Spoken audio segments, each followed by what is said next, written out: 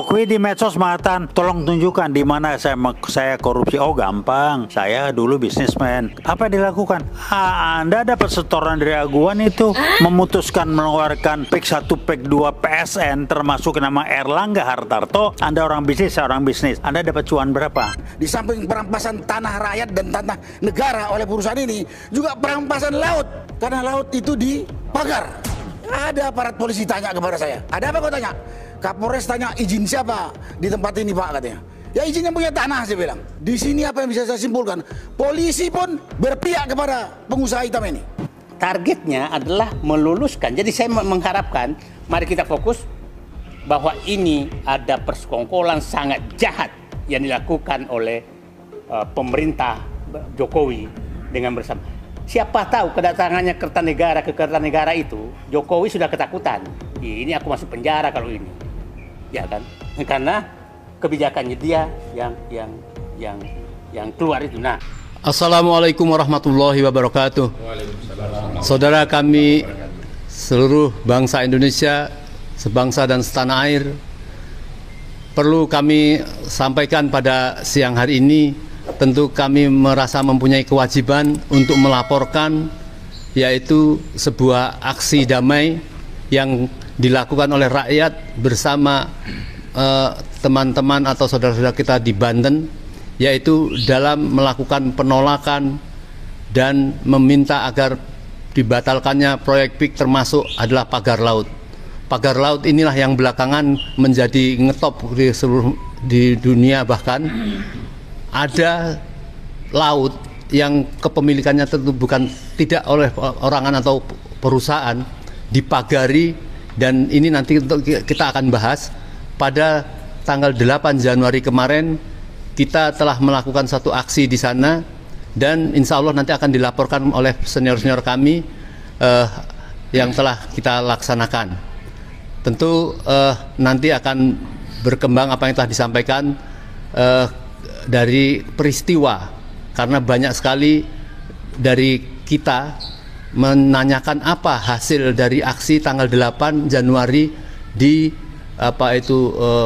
wilayah pemagaran laut di wilayah PSN PIK 2. Untuk itu kami mohon Pak Marwan selaku salah satu koordinator lapangan dan telah bertemu dengan para pemimpin-pemimpin di sana, mungkin memberikan laporan awal. Silakan. Ya, terima kasih Om Lim. Assalamualaikum warahmatullahi wabarakatuh. Waalaikumsalam. Alhamdulillahirrahmanirrahim. Allahumma salli ala Sayyidina Muhammad. Baik, terkait dengan acara tanggal 8 Januari, dapat kami sampaikan bahwa acara tersebut intinya adalah untuk membuat pernyataan tentang perlawanan rakyat yang melihat terjadinya state corporate crime oleh pemerintahan Jokowi yang didukung oleh konglomerat hitam. Dan salah satu yang kita persoalkan adalah kebijakan dan program-program oligarki untuk menguasai tanah-tanah negara, tanah-tanah rakyat secara zolim, melanggar konstitusi, Pancasila, dan undang-undang yang berlaku. Karena itulah acara tanggal 8 itu antara lain menyatakan akan terus berlangsungnya perlawanan rakyat di seluruh Indonesia terhadap kejahatan ini. Lalu di samping deklarasi itu, pernyataan itu, ada 8 tuntutan yang kita sampaikan. Antara lain itu adalah untuk pemerintah segera membatalkan PSN, termasuk juga membatalkan proyek PIK 2. Menuntut DPR itu untuk segera membentuk pansus PSN dan pansus PIK 2. Kemudian menuntut BPK misalnya untuk melakukan audit menyeluruh terhadap kejahatan yang sudah disebutkan tadi, yaitu state corporate crime. Kemudian kita juga menuntut supaya ada sanksi hukum terhadap pelaku kejahatan ini. Lalu yang sangat penting adalah kita meminta ganti rugi secara material dan moral terhadap korban yang sudah terjadi oleh kejahatan yang sistemik, ya, terstruktur, sistemik dan masif, termasuk brutal oleh rezim oligarki yang dipimpin oleh Jokowi, didukung oleh Aguan dan juga Antoni Salim. Itulah acara yang kita sudah cetuskan, deklarasi perlawanan rakyat terhadap kejahatan sistemik yang dilakukan oleh rezim. Di samping tadi tuntutan-tuntutan. Nah, untuk itu kepada teman-teman yang sudah berpartisipasi, terutama teman-teman yang datang dari luar Banten, ada teman-teman dari misalnya perguruan tinggi seperti UI Watch, ada Kapak ITB dan seterusnya, ada mahasiswa. Ada juga teman-teman dari FPI Pusat, kemudian FPI Banten terutama, termasuk Persada 212, baik yang dari pusat maupun yang ada di Banten atau di sekitar Tangerang. Itu semua adalah teman-teman kita, di samping yang lain-lain, aktivis yang selama ini aktif untuk mengadvokasi perlawanan terhadap kejahatan sistemik ini. Itu saya kira, jadi pada kesempatan ini kami ingin mengucapkan terima kasih, tapi sekaligus untuk menyatakan bahwa ini baru awal, kita baru deklarasi dan ini akan terus berlanjut. Dalam waktu dekat, dalam seminggu, 2 minggu ke depan, kita akan melanjutkan aksi tersebut dan kemungkinan besar itu masih di sekitar apa yang diklaim sebagai PSN PIK 2 oleh rezim. Dan kemungkinan besar itu adalah di sekitar desa Kohod atau Keramat. Tapi juga kita akan melanjutkan aksi misalnya di Bekasi. Ternyata ada konglomerat lain yang kelakuannya sama ini, seperti Aguan dan Salim, dan juga modusnya juga mirip-mirip. Dan ini terjadi di era Jokowi. Dan saya kira ini ada deal-deal politik dan kekuasaan dan uang dan rente yang memang bermain di sini. Ada kepentingan rente besar bagi oligarki, bagi pengusaha, tapi ada kepentingan melanggengkan kekuasaan bagi para penguasa. Ini sudah saling dukung dan akan berlanjut. Nah, karena itu saya kira kejahatannya terhadap negara dan rakyat itu sudah sangat nyata, dan bukti-bukti untuk menunjukkan bahwa ini kejahatan sistemik, brutal, terstruktur, itu sudah lebih dari cukup bukti-buktinya. Maka karena memang penyelenggara negara seperti DPR atau penegak hukum itu sudah tidak berfungsi, kita saya kira sudah sepantasnya untuk melanjutkan perlawanan. Kalau belakangan muncul masalah pagar laut 30,16 km ya panjangnya, dan ini kan tidak ada yang mengakui bahwa ini adalah proyeknya. Yang muncul adalah bahwa itu misalnya untuk mencegah abrasi, untuk memecah ombak, untuk mitigasi perubahan iklim atau ekosistem, atau hal-hal lain yang absurd yang saya kira ini adalah bagian dari kerja-kerja oligarki yang sistemik tadi untuk berlindung atau mengorbankan orang lain, atau supaya dia terlindungi dari kejahatan ini. Padahal ini kejahatan sangat nyata. Kalau di darat itu kejahatannya itu merampok tanah negara, merampok sungai, merampok irigasi, tanah timbul dan sebagainya, jalan-jalan, dan juga merampok tanah rakyat. Kalau yang di pantai ini saya kira dari pantai sampai ke tengah laut itu sekitar 700 sampai 800 meter ya ke tengah laut. Ini memang dicoba dimanipulasi bahwa ini ada pemiliknya, padahal ini pantai punya negara. Jadi ada upaya sistemik untuk merampok tanah negara. Nah, untuk itu saya kira kita perlu mengingat ya, ada kejahatan di darat, ada kejahatan di laut. Bahwa kejahatan di darat itu kalau diukur dengan kejahatan di laut, yang di darat ini ada korban manusianya yang lebih tinggi jumlahnya. Kalau nanti di laut itu mungkin nelayan ya yang tidak bisa melaut, mungkin jumlahnya itu lebih kecil dibanding misalnya yang di darat itu. Di samping ada nelayan sebagai korban, ada petani, ada petambak, ada pekerja lepas dan sebagainya, dan juga ada korban mereka itu harga tanah dan bangunan yang dimiliki itu dihargai dengan sangat-sangat murah. Ini kezoliman yang sangat nyata. Karena itu kita ingatkan kepada siapapun, kepada pemerintah, kepada para aktivis, kepada rakyat semua, jangan sampai kita digiring untuk hanya mempersoalkan pagar laut, tapi lupa dengan masalah yang jauh lebih besar. Itu satu hal. Kemudian yang kedua, jangan kita terkecoh bahwa ini entah proyek siapa, ya, bahwa ini adalah proyek oligarki. Penanggung jawab utama itu adalah Jokowi, Aguan, Salim. Ini satu paket. Mereka ingin menguasai pantai itu, nanti ini akan direklamasi. Dan ini akan dijual jauh lebih mahal dibanding yang di darat.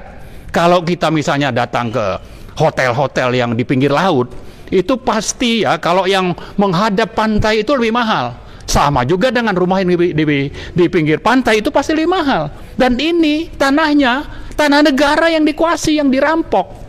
Ya, jadi saya ingatkan kita semua, mari terus melakukan perlawanan.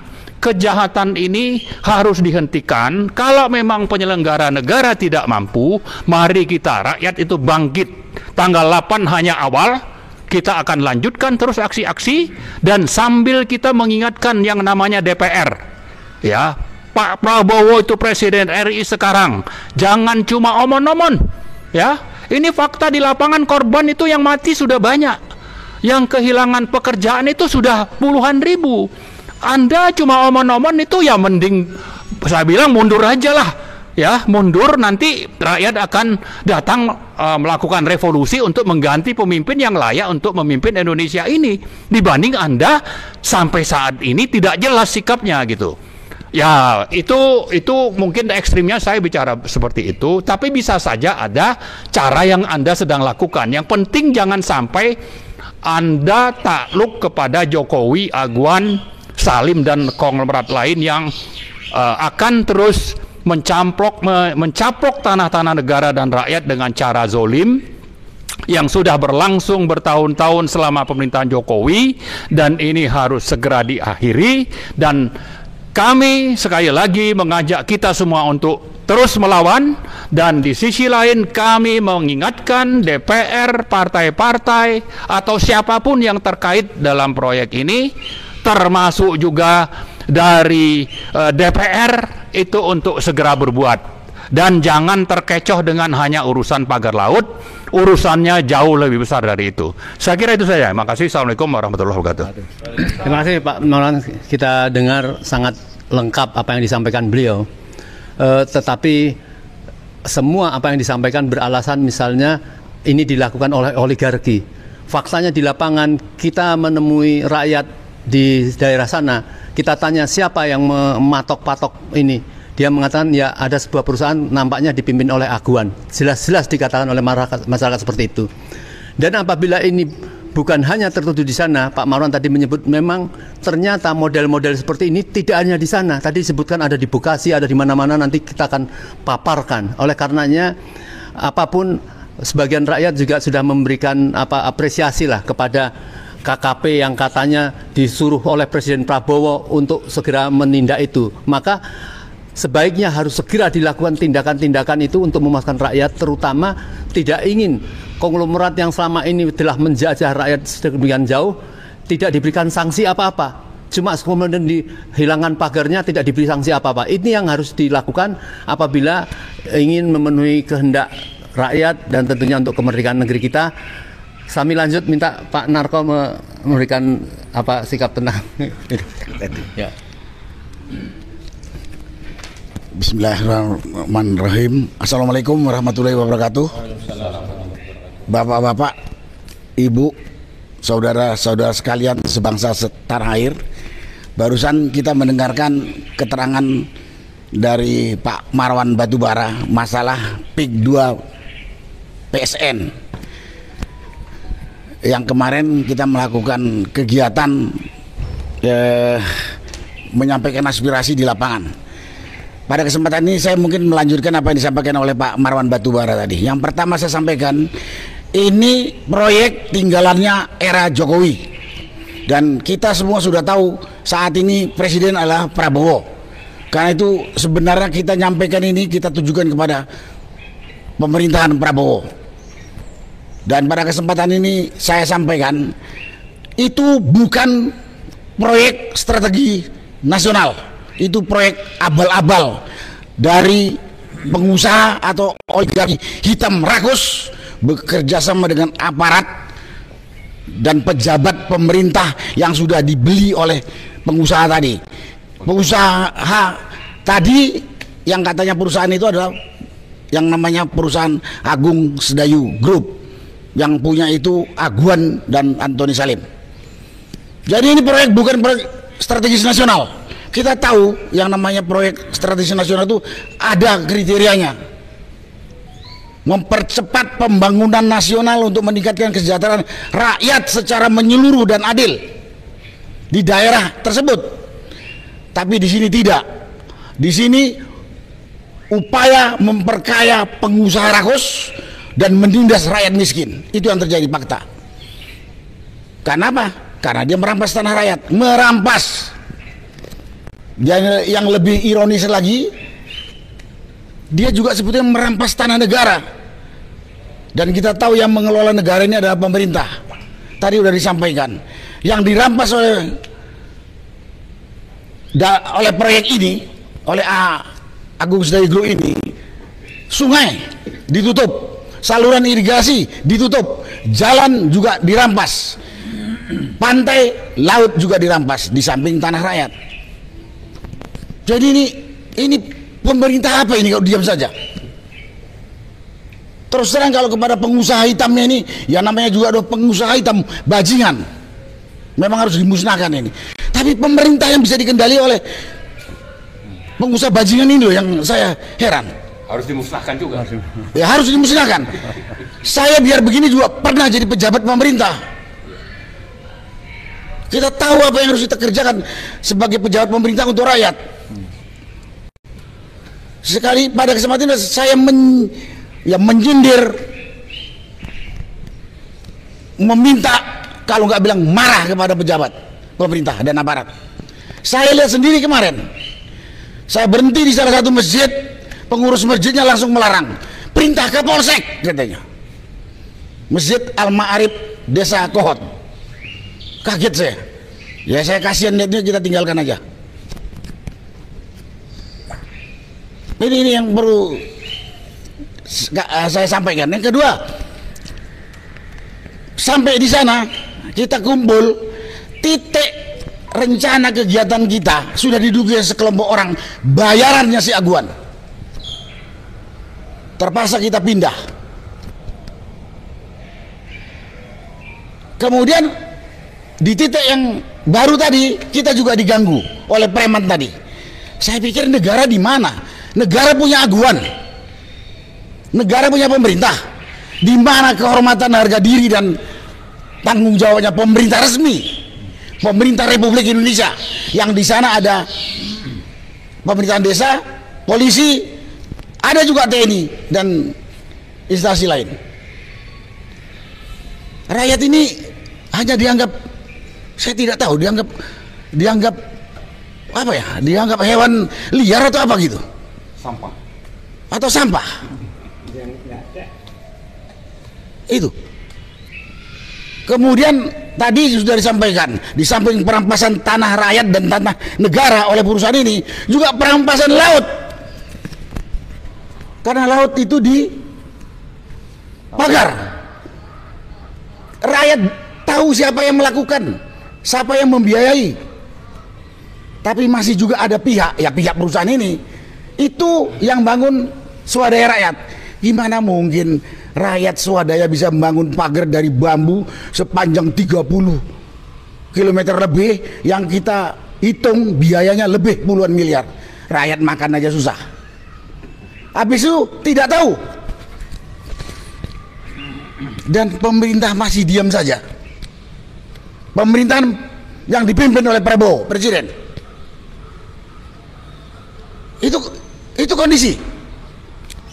Yang heran saya, kita kumpul di satu tempat yang kita udah izin sama yang punya tanah, Dan kita sudah tahu memberitahu kepada polisi kita akan ada kegiatan di tempat ini. Ada aparat polisi tanya kepada saya, ada apa kau tanya? Kapolres tanya izin siapa di tempat ini Pak, katanya. Ya izin yang punya tanah, saya bilang. Di sini apa yang bisa saya simpulkan? Polisi pun berpihak kepada pengusaha hitam ini.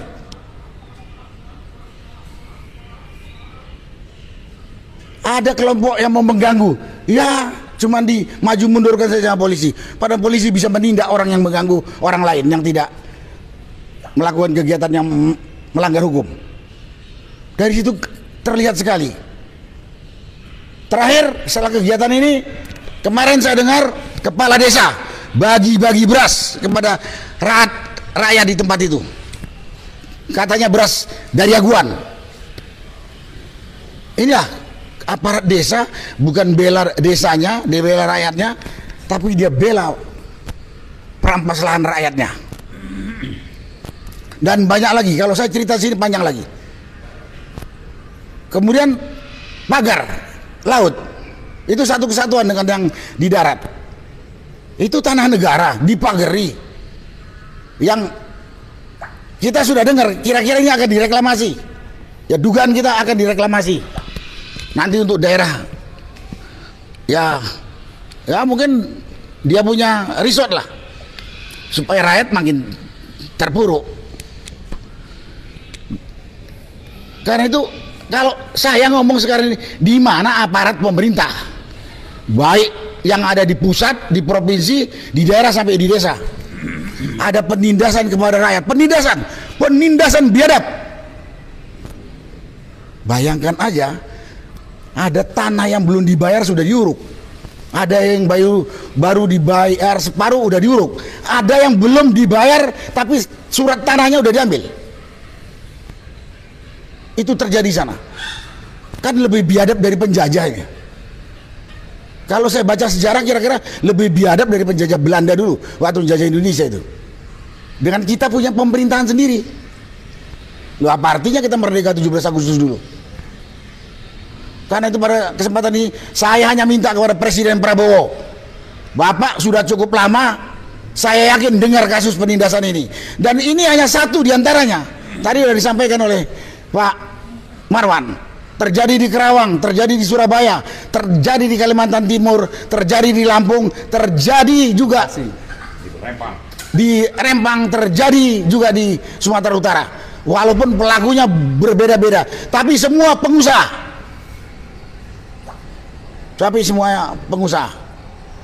Saya hanya menuntut pertanggungjawaban. Saya bekas pejabat, jadi saya tahu apa tugas pokok pejabat. Saya juga tidak baik jadi pejabat, tapi saya tidak pernah merampas, menginjak-injak atau mengemis kepada rakyat, karena dia yang harus kita bantu. Tapi faktanya sekarang, rakyat yang sudah kehilangan tempat tinggal, kehilangan pekerjaan dan lain sebagainya, terlunta-lunta di 8 kecamatan itu. Karena itu, dan juga kepada pengusaha, Anda itu manusia pakai hati, mau kaya kayalah kau, tapi jangan merampas orang miskin punya. Orang miskin itu harusnya kamu tolong.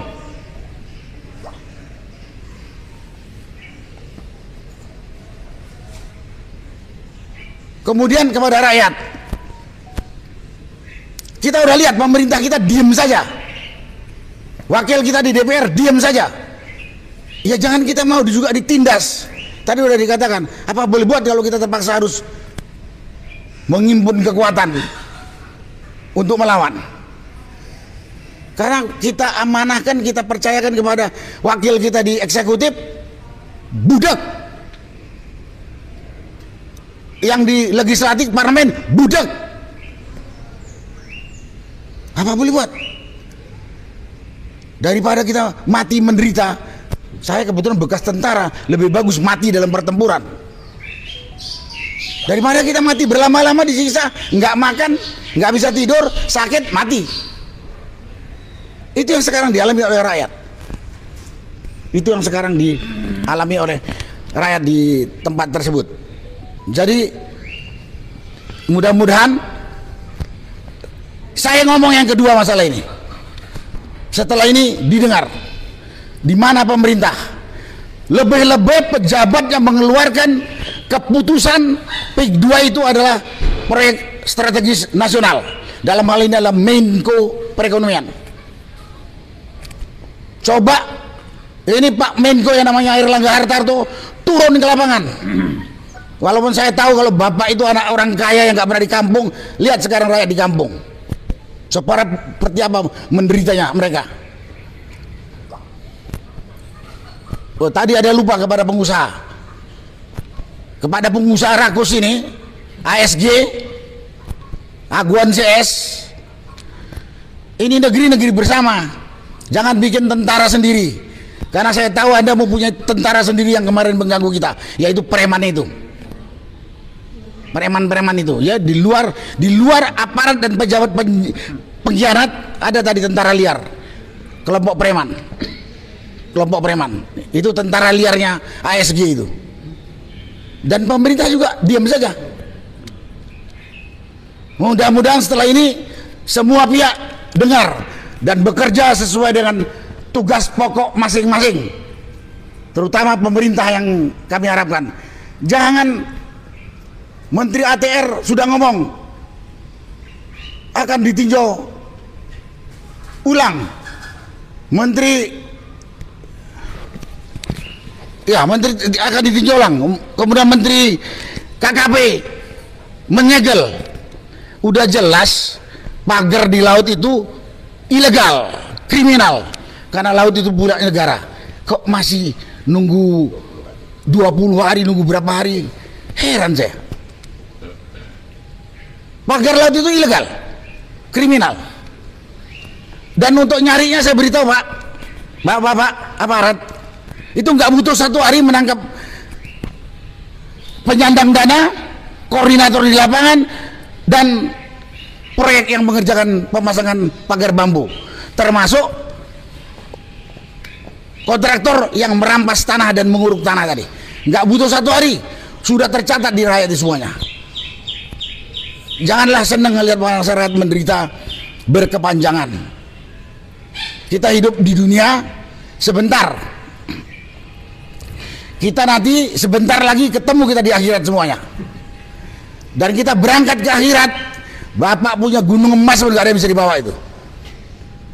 Punya mobil 200 pun gak bisa dibawa. Cuman kain kapan, atau kalau yang non muslim mungkin pakai baju jas lah. Jangan serakah. Dan kamu mati, ninggalkan nama jelek kepada turunan kamu. Inilah perampok, inilah pejabat pengkhianat. Enak tuh.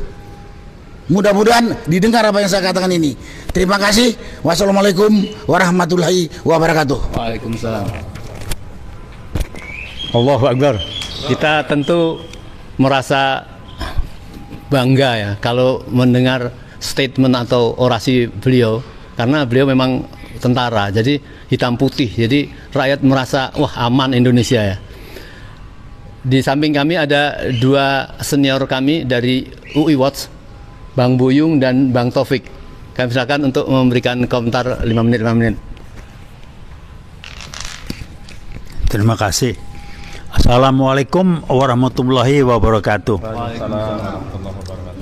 Kami mewakili UI Watch ingin menyampaikan bahwa tidak ada satupun dari kami yang melakukan apa yang kami lakukan karena dibayar, karena dapat imbalan jabatan dan lain sebagainya. Kalau ada, buka ke publik. Kita nggak ada. Itu ditanya, ngapain lu gitu-gituan, dapat apa? Itu pertanyaan biasa. Saya mengatakan kita ingin melakukan ini dan kita melakukan ini karena keyakinan kita adanya ketidakbenaran, ketidakadilan, kezoliman terhadap bangsa dan negara sebagai wujud nyata dari permainan PKI gaya baru di mana Jokowi adalah ujung tombaknya. Orang boleh ketawa sambil nanya mana PKI-nya, karena otak Anda ada otak yang baru mampu melihat kalau sudah kelihatan. PKI gaya baru tidak tampil ke permukaan, tapi barangnya jelas, contoh jelas, Jokowi adalah PKI gaya baru. Ini hasil kerja dari Jokowi. Nah, apa yang harus dilakukan? Pak Prabowo sebagai pemerintah yang baru kena tugas kewajiban cuci piring.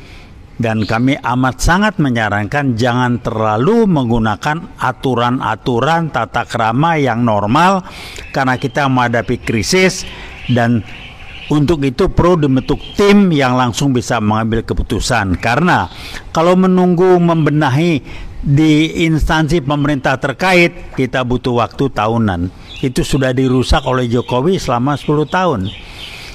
Jadi kami mengatakan, kami dari rekan-rekan ini, khususnya saya mewakili Wiwot, mengatakan kita melakukan ini karena tanggung jawab moral kita. Kita sudah meyakini dan membuktikan, kembali mengingatkan, inilah wujud nyata dari PKI gaya baru dengan ujung tombaknya yang namanya Joko Widodo, merusak bangsa dan negara, memecah belah umat Islam khususnya, dan memperlemah TNI, ngacak-ngacak masyarakat, merusak bangsa dan negara, dan ini butuh waktu untuk bebenah. Tapi akan cepat kalau kita bentuk tim untuk kebenahi. Kembali kami mengatakan, kami bukan kelompok orang yang mendapat imbalan materi ataupun non materi. Kami adalah kelompok orang yang melakukan suatu karena nilai-nilai kezoliman yang kami lawan, dan kita tidak mau PKI gaya baru bermain dalam bentuk segala macam bentuk tertutup lewat yang namanya penguasa aguan. Jokowi di medsos mengatakan, tolong tunjukkan di mana saya korupsi. Oh gampang, saya dulu bisnismen. Apa dilakukan? Anda dapat setoran dari aguan itu, memutuskan mengeluarkan PEK 1, PEK 2 PSN termasuk nama Erlangga Hartarto. Anda orang bisnis, saya orang bisnis. Anda dapat cuan berapa? Jokowi sih jangan diomongin. Tolong buktikan saya korupsi. Anda dapat setoran kok, emang ada yang gratis.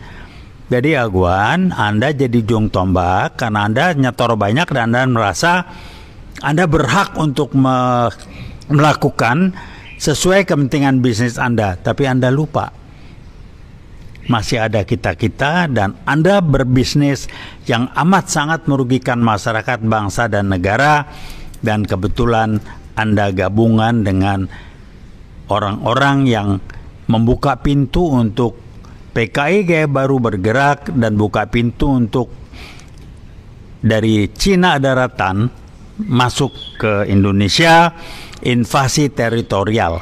Saya ingatkan kepada rekan-rekan, jangan diam-diam aja, apalagi yang nanya ngapain lo ikut begituan, dapat apa lo, ini kelompok orang yang tidak punya tanggung jawab, tidak punya rasa, baru bergerak kalau kakinya keinjak, tapi kalau orang lain yang kena dia nggak pusing. Kami bukan kelompok orang seperti itu. Kami melakukan yang terbaik yang bisa kami lakukan. Hasilnya lillahi ta'ala. Kita akan bergerak terus dan kita tidak akan pernah berhenti. Terima kasih. Wassalamualaikum warahmatullahi wabarakatuh. Waalaikumsalam warahmatullahi wabarakatuh. Bang Buyung, lanjut.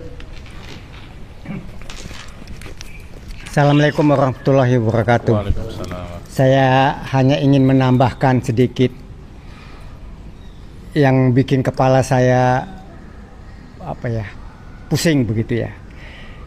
Saya lihat Jokowi ini dalam memimpin 10 tahun itu sangat-sangat menghancurkan republik ini. Negara dijual, negara digadaikan, ya. Dan ada yang lebih parah lagi, kekuasaan diwariskan ke anaknya. Hutang yang harus bayar itu adalah rakyat. Mau dibawa kemana nih negeri? Saya berharap Prabowo sebagai penguasa jangan sampai tidak mempunyai kekuasaan lagi akibat permainan taipan-taipan ini. Saya rasa demikian, terima kasih.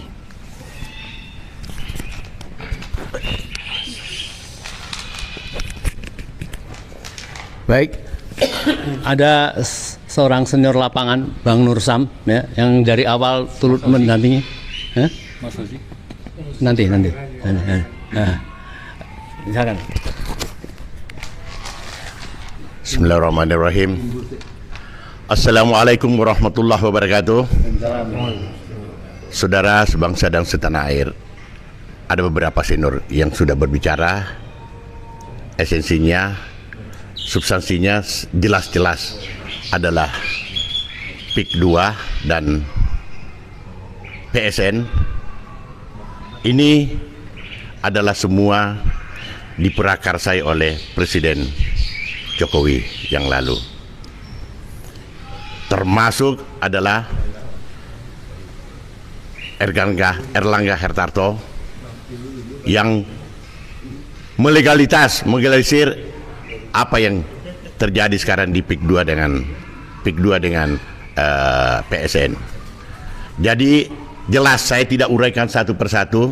Jelas di sini adalah harus segera negara harus turun melihat rakyatnya yang terdolimi, yang tertindas. Apa yang dilakukan tadi semuanya bukti-bukti sudah ada. Kelakuan yang dilakukan oleh para aparat yang dibawa, baik sipil maupun aparat keamanan yang lain, termasuk polisi dan lain-lain sebagainya, itu sudah menyalahi semua aturan-aturan yang ada. Jadi saya kira tidak ada lain adalah segera Presiden Prabowo melihat bangsanya ini, negaranya ini hancur-hancuran. Kerusakan yang dibuat oleh Jokowi ini 10 tahun, selama 10 tahun dia berkuasa, belum tentu kita bisa memperbaiki normal sampai 100 tahun. Karena seluruh sendi-sendi apa yang terjadi dalam negara ini sudah dirusak oleh kebijakan Jokowi. Olehnya itu harapan kita kepada Bapak Presiden Prabowo segera mengambil langkah-langkah. Rakyat Indonesia ingin melihat janji daripada Prabowo, berpihak kepada Prabowo, berpihak kepada masyarakat rakyat. Ya, artinya ciri khas, jati diri, kepemimpinan beliau yang kita tunggu, yang tidak pernah kita ragukan. Nah sekarang kalau ini yang tidak terjadi, apa kata orang, hanya cuma omon-omon. Jangan tunggu rakyat turun untuk mengadili kedoliman-kedoliman yang dilakukan oleh para pelaku-pelaku negara ini. Jadi saya kira Bapak Presiden dengan sangat rendah hati segera mengambil langkah-langkah. Jangan biarkan mereka ini menderita di bawah. Mau makan, mencari nafkah, ekonomi sudah terpuruk itu. Jadi kita tunggu kebijakan langkah-langkah Bapak Prabowo. Kalau saya 20 hari itu terlalu lama diberikan waktu untuk pembubaran perubuhan daripada pagar itu tuh. Apa yang dikatakan beliau tadi itu, Bapak Jenderal Sunarko, 1 hari itu selesai. Semua pelakunya, kemudian yang memotori, yang memerintahkan itu perusahaan yang memerintahkan itu 1 hari itu kita bisa tangkap itu mereka itu. Kenapa harus 20 hari? Apa harus ditunggu rakyat yang menangkap mereka? Demikian saya kira. Untuk itu harapan terakhir yang kepada Pak Presiden untuk mengambil kebijakan dan langkah-langkah yang strategis supaya ini bisa tuntas dan baik. Wassalamualaikum warahmatullahi wabarakatuh. Ada Bang Ismet, beliau salah satu aktivis yang tergabung di dalam Sapa Islam, dan beliau kemarin menjadi ketua panitia aksi, menjadi korlap aksi di PIK pada tanggal 8 Januari kemarin. Kami silakan Pak Bang Ismet melaporkan. Bismillahirrahmanirrahim. Assalamualaikum warahmatullahi wabarakatuh. Saya pikir apa yang sudah disampaikan oleh para tokoh tadi merupakan bukti nyata bahwa PIK 2 itu merupakan kejahatan yang sangat luar biasa. Jadi bagi kita rakyat Indonesia, siapapun dia, maka harus dipahami bahwa PIK 2 yang berkedok PSN itu adalah sebuah kejahatan dalam skala negara, dan ini memanipulasi hukum.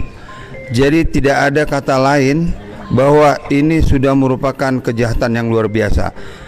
Walaupun ada pihak-pihak dari pengacaranya Aguan dan siapapun yang mengatakan bahwa ini sesuai dengan aturan hukum, aturan negara, itu bohong semuanya. Ya. Siapa yang tidak percaya maka silakan datang ke lapangan, silakan debat publik sama para tokoh yang ada di sini.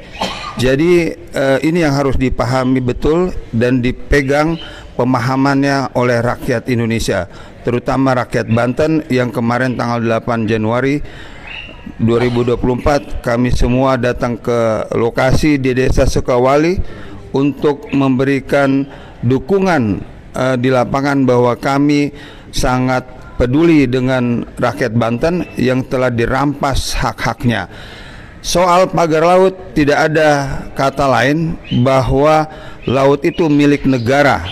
Maka siapapun yang melakukan penguasaan terhadap laut itu merupakan perampasan terhadap kedaulatan negara Kesatuan Republik Indonesia. Jadi Bapak Prabowo sebagai presiden tidak ada kata lain, memang harus langsung mempidanakan, menangkap Aguan, Antoni Salim, termasuk Jokowi yang menjadi biang keroknya untuk diadili sesuai dengan hukum yang berlaku. Demikian, mudah-mudahan kita memahaminya dengan benar. Soal PIK 2, PIK 1 merupakan perampasan terhadap tanah rakyat dan negara serta kedaulatan negara Republik Indonesia. Terima kasih. Wassalamualaikum warahmatullahi wabarakatuh. Waalaikumsalam warahmatullahi wabarakatuh. Di samping kita ada pengacara keren ya, Bang Samsir. Beliau bukan saja sekedar penasihat hukum dari Pak Saidi dulu, tetapi beliau mendampingi banyak masyarakat yang dilakukan penistaan kepada mereka diintimidasi dan sebagainya. Kami silakan menceritakan agak lengkap, Pak Samsir. Terima kasih, Om Lin. Assalamualaikum warahmatullahi wabarakatuh. Waalaikumsalam. Saudara-saudara sebangsa, setanah air, belakangan ini kita dikejutkan lagi. Setelah berbulan-bulan kita melihat PT Agung Sedayu Group berusaha merampas tanah rakyat yang sebenarnya diberikan oleh pemerintah lewat proyek strategis nasional PIK 2 yang jumlahnya cuma 1.755 hektar.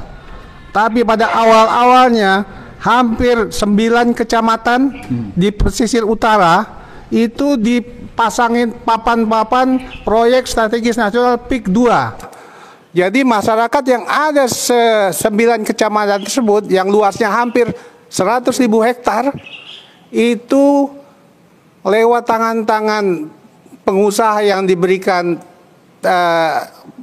hak untuk penyelenggaraan proyek strategis nasional, disampaikan kalau mereka hak atas lahannya itu akan diambil dengan kompensasi sebesar Rp50.000, tidak melihat NJOP, tidak melihat apapun. Ini tentunya setelah berbulan-bulan kita ketahui seperti ini. Dan sampai sekarang pun masih banyak masyarakat yang hidupnya bertani, petambak, mereka tidak jelas kondisinya sekarang mereka dan keluarganya dalam hal untuk mencari nafkah. Belakangan ini kita dikagetkan lagi dengan ada pagar di laut sepanjang 30,16 hektar yang memang sebelumnya kita juga kilometer, maaf saya ralat, 30,16 kilometer yang sebelumnya memang dari Pulau Cangkir itu secara parsial memang sudah ada. Tapi 2 minggu belakangan ini itu 30,16 kilometer itu sudah menutupi wilayah pantai utara tersebut, sehingga di situ banyak sungai yang tempat nelayan menambatkan perahunya yang hari-harinya pergi melaut untuk mencari nafkah menjadi tertutup. Kita coba bayangkan, rumah kita, di depan rumah kita dipasangin pagar, kita tidak bisa keluar kemana-mana. Di mana kita sebagai kepala rumah tangga harus menghidupi keluarga kita. Ini sudah 2 minggu, pemerintah masih memberikan waktu 20 hari ke depan. Itu apa nggak mungkin itu mereka pada kelaparan dan keluarganya? Karena mereka nggak bisa melaut. Apa yang akan mereka berikan kepada keluarganya? Di sini saya betul-betul terenyuh, kaget, dan merasa prihatin. Jika pemerintah masih menunggu 20 hari ke depan, ini udah akan berapa ribu orang jadi korban yang ada di sekitar Pantura, di sekitar pantai utara Banten yang akan menjadi korban atas tindakan pemasangan pagar tersebut. Saya pikir pemerintah Prabowo harus segera turun tangan. Paling tidak sudah ada rencana dari instansi terkait,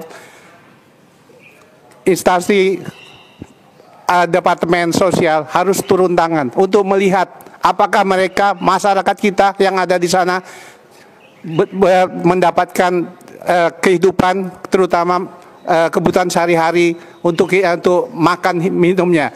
Daripada kita hanya memikirkan 5 tahun sekali memberikan bansos buat masyarakat yang ujung-ujungnya untuk kepentingan tertentu. Sekaranglah sebenarnya Departemen Sosial itu turun tangan, melihat masyarakat yang di depan rumahnya, yang lautnya dipagar, sehingga mereka tidak bisa keluar mencari nafkah untuk membiayai kehidupan rumah tangganya.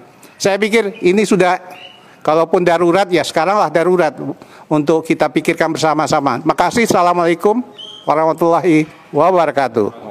Terima kasih Pak Samsir. Kami mendoakan selalu sehat sampai tuntas persoalan-persoalan. Alhamdulillah kita dihadiri Bang Said Didu. Semoga bisa memberikan tambahan pamungkas tentang pagar laut dan lain-lainnya. Tapi ada Bang Ahmad Hosinuddin belum sempat bicara, kami silakan.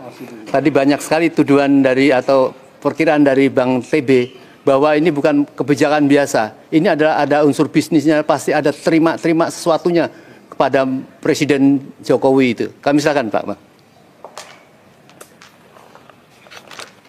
Ya, bismillahirrahmanirrahim. Yang pertama saya menghimbau kepada segenap rakyat Banten, juga seluruh rakyat Indonesia, bahwa perjuangan ini tidak mungkin bisa berhasil hanya dilakukan oleh kami-kami ya, hanya dilakukan oleh Bang Marwan Batubara, hanya dilakukan oleh Bang Samsir, hanya dilakukan oleh Pak Jenderal Purnawirawan Sunarko dan yang lainnya. Tidak, tapi ini butuh kebersamaan seluruh rakyat bersinergi dalam levelnya masing-masing untuk menyuarakan kebenaran. Sebab kezaliman itu bisa menang bukan karena kuatnya kezaliman, tapi karena diamnya orang-orang yang benar. Nah, saya harapkan terutama yang menjadi korban untuk speak up ya, segera menyampaikan kepada publik melalui video tentang kezaliman itu, tentang tanahnya yang dirampas, tentang harga yang murah, tentang tanah yang belum dibayar, tentang laut yang dipagari, tentang sungai yang diuruk, dan berbagai dokumentasi lainnya, karena itu juga nanti akan jadi bahan pembuktian kami di pengadilan. Yang kedua, betul ini ansih bisnis, tapi bisnis ini benar-benar mengumpulkan cuan besar dari keringat dan penderitaan rakyat. Dan kami sudah tegaskan berulang kali bahwa cuan besar itu bukan hanya untuk Aguan, tapi juga untuk Antoni Salim.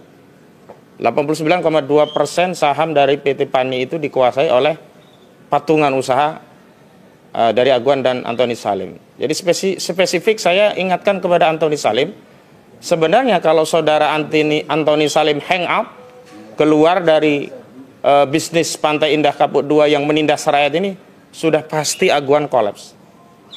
Karena komposisi permodalan Aguan jauh lebih kecil ketimbang Antoni Salim. Dan sebenarnya Antoni Salim bisa berkiprah bagi bangsa dan negara dengan bisnis-bisnisnya yang memang memberikan manfaat bagi segenap rakyat. Misalkan Indofood ya, bisnis menyediakan pangan, menyediakan fasilitas dan sebagainya. Tidak perlu terlibat dengan bisnis-bisnis hitam yang merampas tanah rakyat, yang memang cuannya besar sekali. Kalau Anda masih berlindung bahwa Anda tidak terlibat langsung, memang tidak terlibat langsung di lapangan. Yang terlibat langsung di lapangan misalkan soal pemagaran laut bukan Antoni Salim, iya. Bukan Aguan, iya.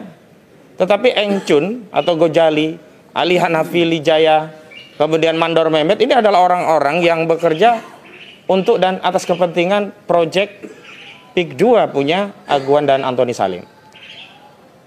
Jadi saya mengutip apa yang disampaikan oleh Aguan. Kalau Aguan mengakui ada mafia tanah di bawah, dan hari ini pun mengakui misalnya ada masalah dalam proses pembebasan lahan. Jadi keduanya, baik Aguan ataupun Antoni Salim, tidak bisa cuci tangan dengan menyatakan itu kesalahan ada di bawah. Karena pada akhirnya tanah ini menjadi asas produksi bagi industri properti yang dikelola oleh Pantai Indah Kapuk II. Nah, saya menyebut bahwa kejahatan terhadap perampasan tanah ini bersifat TSM, meminjam istilah yang umum digunakan dalam sengketa di Mahkamah Konstitusi. Terstruktur karena melibatkan banyak pejabat-pejabat, dari pejabat desa, pejabat di kecamatan, pejabat di BPN, pejabat di Pemda, bahkan sampai kementerian dan lembaga. Karena modus operandinya adalah dengan merampas menggunakan sarana hukum, yakni menerbitkan sertifikat-sertifikat untuk merampas tanah rakyat atau ditempatkan di laut dan pantai yang kemudian diklaim menjadi milik mereka. Jadi pemagaran laut adalah prakondisi untuk menguasai secara de facto tanah-tanah itu untuk industri properti mereka, di mana secara de jure-nya tanah-tanah itu sudah dikuasai oleh mereka. Sistematis, karena proses perampasannya tidak hanya di bibir pantai atau tidak hanya di laut, tidak hanya di darat, tetapi seluruh wilayah yang sudah masuk peta tapak pengembangan bisnis mereka itu dirampas. Ya, ada tanah rakyat yang umumnya di daratan dan sebagian di dekat pantai, ada tanah negara mayoritasnya di pantai dan di laut, termasuk di sungai-sungai yang diuruk dan jalan dan segala fasilitas publik yang pengelolaannya oleh negara. Dan ini semua adalah tindakan yang sangat tersistematis dan terakhir masif. Ini tidak hanya terjadi di satu RT, tidak hanya terjadi satu RW, tidak hanya terjadi di satu desa, bahkan terjadi di 9 kecamatan atau 10 kecamatan, bahkan terjadi di 1 hingga 2 kabupaten di Provinsi Banten, yakni Kabupaten Tangerang sampai ke Kabupaten Serang, di mana ada 1 kecamatan, yakni Kecamatan Tanara yang terdampak proyek penindasan, proyek perampasan tanah rakyat. Jadi kepada Antoni Salim, saya imbau kepada saudara untuk segera hangout dari bisnis ini dan saya pastikan bisa berhenti. Tetapi kalau bisnis ini tetap jalan, berarti Anda pasang badan. Berarti Anda punya andil terhadap penderitaan perampasan tanah rakyat yang terjadi di Republik ini. Dan terakhir, kepada negara. Sebenarnya tidak perlu lagi kami-kami ini bersuara. Karena memang fungsi, tugas, dan tanggung jawab untuk melayani, melindungi rakyat itu ada pada negara. Nunggu berapa lama lagi? Pemerintah. Nunggu argumentasi apa lagi pemerintah untuk bertindak? Nunggu penderitaan yang macam apa lagi sampai keluar keputusan untuk membatalkan status PSN dan segera menghentikan proyek PIK 2 milik Aguan dan Antoni Salim ini? Saya tanya itu. Apakah menunggu banyak rakyat yang menderita lagi atau banyak rakyat yang celaka lagi gara-gara kendaraan proyek PIK 2 yang sudah memakan korban hingga jiwa? Atau menunggu pemagaran laut itu bukan hanya 30 km tapi menunggu seluruh bibir pantai di wilayah kedaulatan negara Republik Indonesia dipagari dan berubah menjadi negara kesatuan Republik Aguan? Apa menunggu begitu? Kalau sudah itu yang ditunggu, maka sekali lagi ini benar-benar apa yang disampaikan oleh Pak Suryapto, benar-benar ini terjadi ya, kejahatan korporasi dan negara yang bersimbiosis atau yang disebut dengan SCC ya.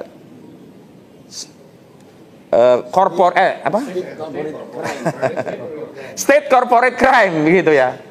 State Corporate Crime. Karena apa? Ini ada pembiaran bahkan difasilitasi oleh negara. Negara yang dimaksud adalah pemerintahnya. Sementara negaranya itu sendiri sebenarnya konstitusinya tidak memberikan 1 inci pun peluang atau celah bagi pemerintah untuk melayani oligarki. Itu saja yang bisa saya sampaikan. Terima kasih. Assalamualaikum warahmatullahi wabarakatuh. Terima kasih. Mohon maaf, ada Daeng Didu, ya kami persilahkan untuk mau ngomong apa saja karena beliau lebih tahu apa yang harus dibicarakan. Kami silakan. Saya menggunakan kesempatan ini untuk ini sebenarnya saya mampir aja ketemu teman-teman pejuang yang sudah diwakili Khalid ya sekarang. Kalau tentang PIK 2 Khalid lebih jago lah. Menghadapi pemerintah dan menghadapi PIK 2, menghadapi pengacara, menghadapi cukup Khalid yang menghadapi itu, penjelasannya sudah sangat lengkap. Saya hanya menggunakan kesempatan ini bahwa 2 minggu lagi Pak Prabowo memasuk 100 hari. Dilantik 20 Oktober, jadi tinggal 2 minggu lagi masuk 100 hari. Rakyat bertanya, apakah 100 hari betul Pak Prabowo itu bersama rakyat atau bersama oligarki dan Solo? Itu titik persimpangan jalan yang Pak Prabowo harus pilih. Nah, rakyat masih sangat berharap bahwa Pak Prabowo kembali ke aslinya dan bisa lepas dari cengkraman oligarki dan dinasti Solo. Itu harapan rakyat.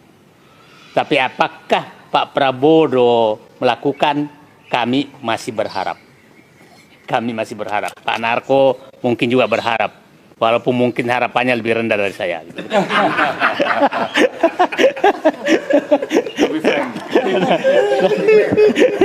Nah, kasus. Jadi kita lihat gini ya. Publik lihat, paham bagaimana dinamika penertiban pagar laut itu menunjukkan bahwa oligarki sangat kuat.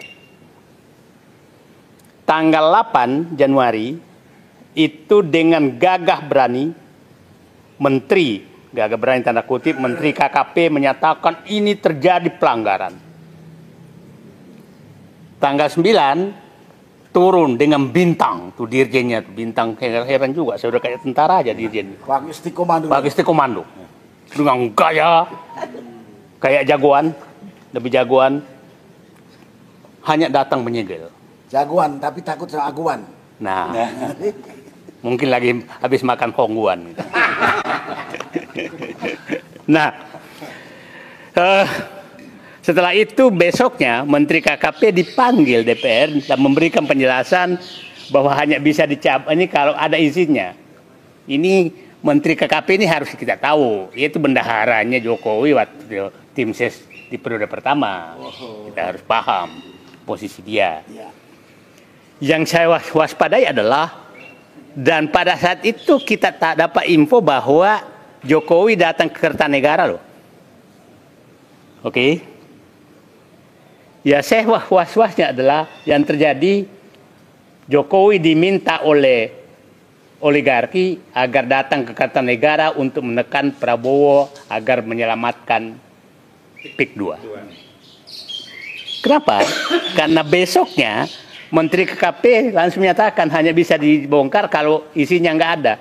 Ini kan tidak mungkin ada isi memagar laut. Monyet bunting pun ditanya pasti paham bahwa itu nggak mungkin ada izin laut. Kok ini kok bodoh banget sih kita ini, dibodoh-bodohin sama mereka.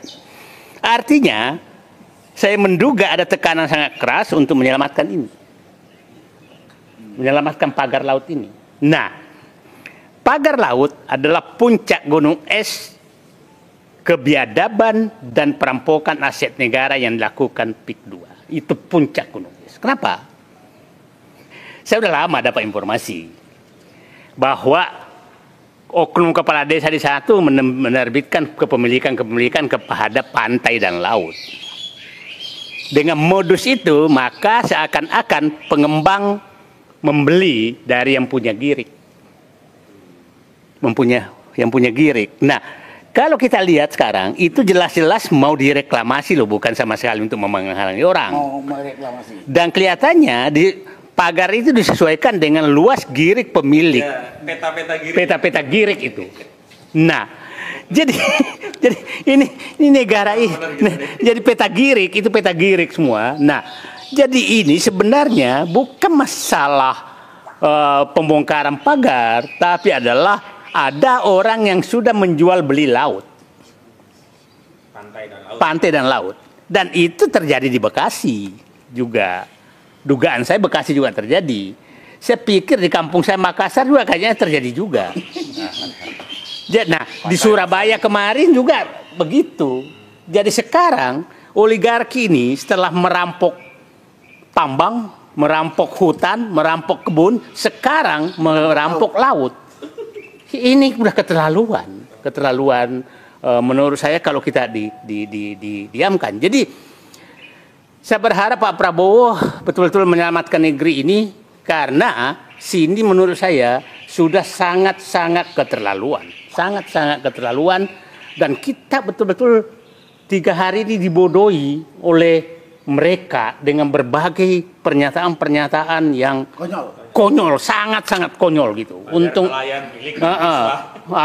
untung ada Khalid yang menghadapi pagar. Nah, jadi ini semakin hari semakin memasuki masalah yang sangat serius. Dan saya pikir sudah sangat sulit bagi kita, bagi orang yang punya akal sehat, menyatakan bahwa PIK 2 ini tidak melakukan pelanggaran. Sangat melakukan pelanggaran. Dan tapi kita harus waspada betul bahwa jangan sampai ada pembelokan. Pembelokan, istilah saya kemarin itu adalah Menteri Jokowi di dalam kabinet Prabowo. Ya, nah, Menteri Jokowi yang ada dalam kabinet Prabowo, kan udah berkali-kali saya katakan, di kabinet Prabowo itu ada dua jalur menteri yang paling berbahaya buat Prabowo. Jalur yang lewat, menteri yang lewat jalur oligarki, dan menteri yang lewat jalur dinasti Jokowi. Dugaan saya, menteri KKP itu dua jalur dipakai itu. Dua jalur dipakai gitu. Nah, jadi, kita harus berhati-hati betul menghadapi langkah-langkah mereka. Karena kalau ini salah, maka mereka merasa PIK 2 tidak yang salah. Jadi sekarang kita menurut saya Pak Presiden Prabowo dan penegak hukum sudah tidak ada jalan lain yang Bapak bisa gunakan membenarkan atau mendiamkan pemagaran laut yang dilakukan oleh oleh PIK 2. Tidak ada perampasan. Nah, kan saya sudah berkali-kali kemukakan. Yang terjadi sana itu kan adalah dulu saya dilaporkan ke Mas Kota, Daplesi, bahwa saya semua dikatakan karena bikin hoax, adu domba dan lain. Sementara mereka tiap hari bikin adu domba sekarang. Mengadu domba, membuat adalah gus-gusan, ada nelayan-nelayanan, ada mahasiswa-mahasiswaan gitu. Ini sekarang pakai koin pula. Pakai koin. Jadi koin itu. Jadi ini kok kayak begini negara. Nah, terus nggak ada yang laporin kan. Nah, sekarang semua yang saya katakan itu kan terbukti. Semua yang katakan terus yang melaporkan saya itu mau diapain? Ya, clear aja kan. Nah, jadi sekarang saya berharap bahwa betul-betul ikan busuknya sudah kelihatan. Saya hanya menyatakan semua pihak jangan mencoba melawan arus yang sangat kencang ini. Kepada seluruh masyarakat Banten, pikirkanlah. Jangan tiap hari terima seakan-akan bansos, tapi Anda menjual harkat dan martabat diri Anda semua. Dan jual masa depan anaknya. Coba selalu mereka menyatakan. Yang dua kan yang disatukan, yang selalu dikatakan tuh oleh mereka, mereka rajin menyumbang, ya kan, oleh toko-toko. Yang kedua, mereka memberikan lapangan kerja, itu kan selalu yang dipakai. Ya kalau mereka menyumbang dari hasil merampok rakyat, kalian tega menerima sumbangan dari merampok rakyat? Tega nggak menerima itu? Nah, bagi-bagi bansos, apa itu bansos apaan? Nah, jadi tiap itu sumbangan seperti itu hasil rampok rakyat, hasil merampok rakyat, hasil merampok negara. Anda bisa bayangkan, ya saya supaya gambaran ya. Reklamasi itu rumit izinnya, tapi kalau pura-pura membeli pantai, itu namanya restorasi, bukan reklamasi. Restorasi nggak perlu izin karena dianggap bahwa itu bekas laut, maka bekas darat, maka hanya di restorasi. Restorasi nggak perlu izin apa, akan dinyatakan. Nah, Anda bisa bayangkan kalau hanya sampai 8 meter di sekitar kota Jakarta yang dijual kira-kira di atas 10 juta, 15 juta, maka secara ekonomi per meter masih sangat menguntungkan sampai 8 meter. Kalau hanya sampai kedalaman laut. Kalau sampai kalau sekitar PIK 2, PIK 1 itu sampai 10 meter masih layak. Nah, itu yang terjadi sehingga hampir semua yang diambil itu sekitar 8 meter yang dipagar itu maksimum. Nah, kedalaman laut. Jauhnya 1 kilo. Ya, dah. Pokoknya mau sampai 8 meter itu instruksinya. Nah, ini adalah persekongkolan sangat jahat. Persekongkolan sangat jahat sehingga saya katakan ini kepala desa yang menerbitkan girik itu harus ditangkap, hukum mati. BPN yang menerbitkan surat hak kepemilikan, mau sertifikat apa namanya, hak pemilikan terhadap itu, maka dia harus ditangkap. Itu harus ditangkap semua. Nah, itu menurut saya harus dilakukan karena sudah menjual beli laut. Itu yang nggak boleh sama sekali. Nah, kalau ini sempat lolos, maka laut kita sudah akan diambil semua. Jadi ini bukan masalah yang sederhana. Sehingga mereka sebenarnya memang targetnya adalah meluluskan. Jadi saya mengharapkan, mari kita fokus bahwa ini ada persekongkolan sangat jahat yang dilakukan oleh pemerintah Jokowi dengan bersama. Siapa tahu kedatangannya Kertanegara ke Kertanegara itu, Jokowi sudah ketakutan. Ini aku masuk penjara kalau ini, ya kan? Karena kebijakannya dia yang keluar itu. Nah, kita nggak tahu. Siapa tahu ada transaksi yang terjadi karena ini. Coba bayangkan Pak, kalau itu 1.000 hektar laut. 1.000 hektar laut. Saya dapat informasi yang dikasih nama itu hanya dikasih Rp15.000 per meter. Itu ya besar lah, nggak punya hak kok. Numpang nama ya, doang. Numpang nama doang. Kalau dia 10, kalau 30 km kali 1 km berarti udah 30.000 hektar dong. Pantas banyak mobil di ya. 30 hektar dong, 30.000 hektar dong. 30 hektar itu berapa triliun nilainya? Ratusan triliun, ribuan triliun. Nah, inilah pencurian yang dilakukan oleh, ya saya juga nggak tahu, tangan Allah bekerja. Mungkin saking semangatnya Abdesi melaporkan kemarin, makanya berbalik semua borok-borok itu terbuka ke muka mereka. Jadi ya ini tangan Allah yang bekerja. Jadi saya hanya kepada publik, ini adalah kasus yang sangat besar yang menjadi uji nyali kepada Prabowo di seharus 100 hari kerja beliau, apakah akan memihak ke rakyat atau memihak kepada oligarki dan dinasti Jokowi. Itu pilihan yang harus dihadapi. Dan saya sekali lagi, saya masih berharap Prabowo memihak ke rakyat dan kembali ke dirinya sendiri. Terima kasih, itu saja. Assalamualaikum warahmatullahi wabarakatuh. Terima kasih Bang Said. Saudara, bayangkan andai kata dugaan dari Bang Said Didu, tadi juga dari Bang Hosinuddin, bahwa girik itu memang ada dan diterbitkan oleh aparat. Saya kira ini yang menjadi sangat luar biasa. Pencurian, pantas saja Bang Samsir tadi mengatakan sangat lama untuk menindak itu, tunggu 20 hari. Ya.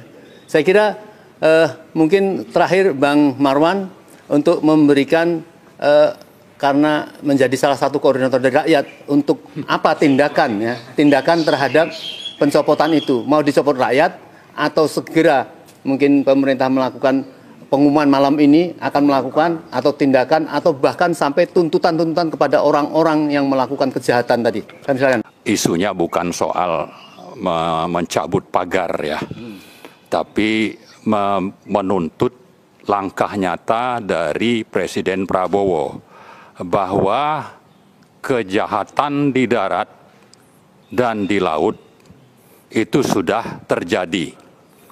Pagar laut itu terjadi di laut, tapi skala di darat itu jauh lebih besar karena sudah ada korban. Dan korbannya itu sampai sekarang menderita. Oke, ada nelayan, tapi di samping nelayan di darat itu ada petani, petambak, dan sebagainya. Jadi dari sisi skala, yang di darat yang sudah terjadi di 9 kecamatan, kejahatan TSMB, terstruktur, sistematik, masif, dan brutal, sudah dilakukan oleh rezim ini. Biadab bisa juga, BB berarti, ya. Artinya bahwa ini kejahatan sudah sangat nyata. Lalu yang kedua, kita bicara tentang pagar, itu kan adalah bagian dari proyek di darat dan di laut.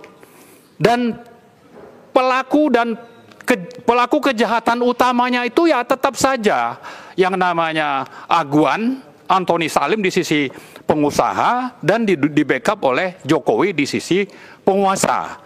Jadi saya kira kalau kita masih menunggu-nunggu ini siapa yang mengaku atau nyari-nyari, saya kira itu tidak perlu.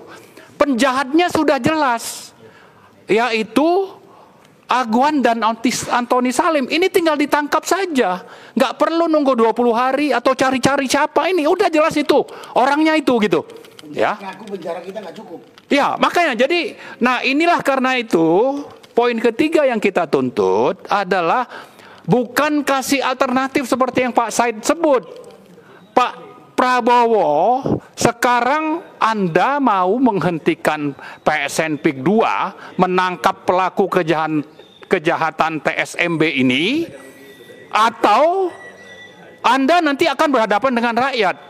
Tinggal itu aja. Jadi tidak ada alternatif sebetulnya bagi Pak Prabowo itu. Buktikan Anda presiden, Anda hukum, tangkap itu pelaku kejahatan tadi, bela rakyat dan negara dan kedaulatan yang sudah dirampas, atau kalau tidak nanti Anda akan berhadapan dengan rakyat yang semakin ke belakang itu akan semakin masif perlawanannya. Jangan lupa ya, ini ada contoh di Los Angeles itu, yang kebakar itu sesuatu yang saya kira bisa terjadi tiba-tiba dan di sini juga bisa terjadi, dan itu bisa menimpa kepada pemerintahan ini.